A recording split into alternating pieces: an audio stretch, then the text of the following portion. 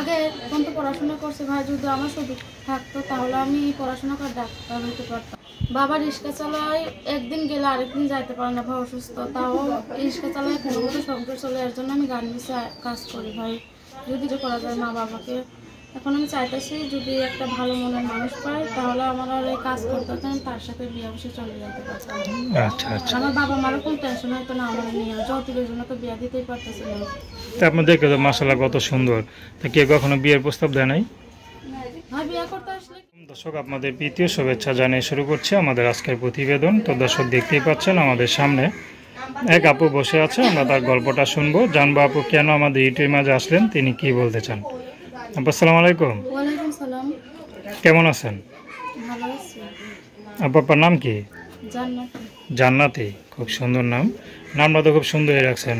তো জান্নাত আবার কি নামাজ কালাম পড়েন? হ্যাঁ ভাই, আমি 5 ওয়াক্ত নামাজ পড়ি, আমি কোরআন শরীফ পড়ছি, আমি স্কুলে পড়াশোনা করছি, ক্লাস 8 পর্যন্ত পড়াশোনা করছি। আচ্ছা আচ্ছা, এই পর্যন্ত পড়াশোনা করছেন, মাশাআল্লাহ, ভালো। তো তো নামাজ কালাম পড়েন না? হ্যাঁ, আমি 5 ওয়াক্ত নামাজ পড়ি। যাক, ভালো।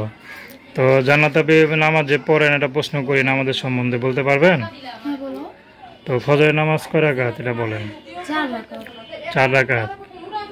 তো 4 রাকাত কেমনে? ফরজ 4 রাকাত না সুন্নত মিলে 4 রাকাত, কোনটা? সব মিলিয়ে 4 রাকাত। সুন্নত 2 রাকাত আর ফরজ 2 রাকাত, সব মিলিয়ে 4 রাকাত। আচ্ছা, যাক, তাহলে বুঝা যাবে নামাজ কালাম পড়েন। তো ইউটিউবে কেন আসলেন? ইউটিউবে আসছি ভাই, যৌতুকের জন্য বাবা মা বিয়ে সাথে দিতে পারতেছে না। অনেক মানুষের বিয়ে করতে আসে, এসে দেখে বলে যৌতুক নিবে, অনেক কিছুই বলে।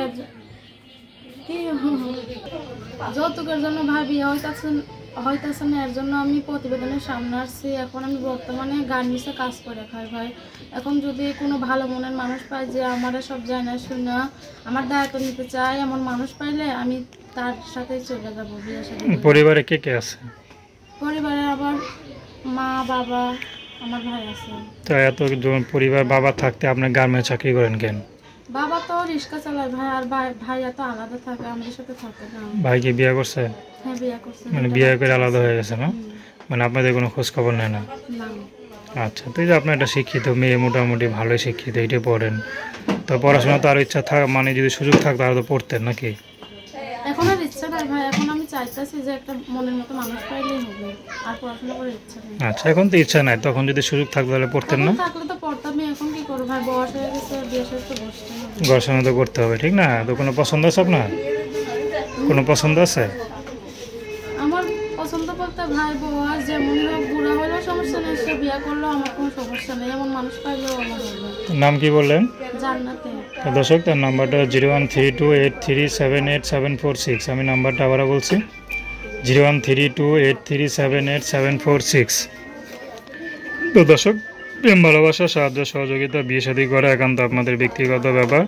তো আসুন আমরা 5 ওয়াক্ত নামাজ পড়ি, সর্বদা দেশের সেবা করি।